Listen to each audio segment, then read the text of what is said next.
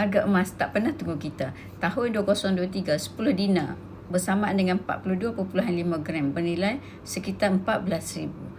Tapi realitinya emas memang sentiasa nampak mahal sebab nilainya kekal. 10 tahun yang lepas, kalau masa tu kita beli, hari ni kita dah senyum. Dan kalau hari ni kita tangguh 2 hingga 3 tahun lagi, kita akan kata benda yang sama. Kalaulah aku beli dulu. Data menunjukkan dalam 20 tahun yang lepas, harga emas naik melebihi 10% setahun. Boleh naik hampir melebihi 40%. Contohnya pada tahun lepas, tahun 2025. 10 dinar hari ini bernilai 28,000. Emas bukannya sekadar simpanan. Emas sebenarnya melindung nilai duit kita daripada inflasi dan kejatuhan ringgit.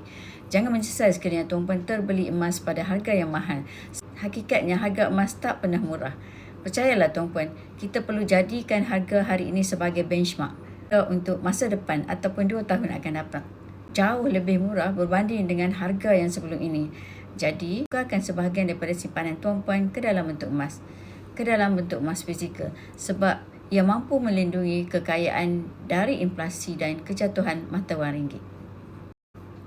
Soalannya sekarang, bukan mahal ataupun murah. Soalan yang sebenar, nak mula sekarang ataupun terus tunggu.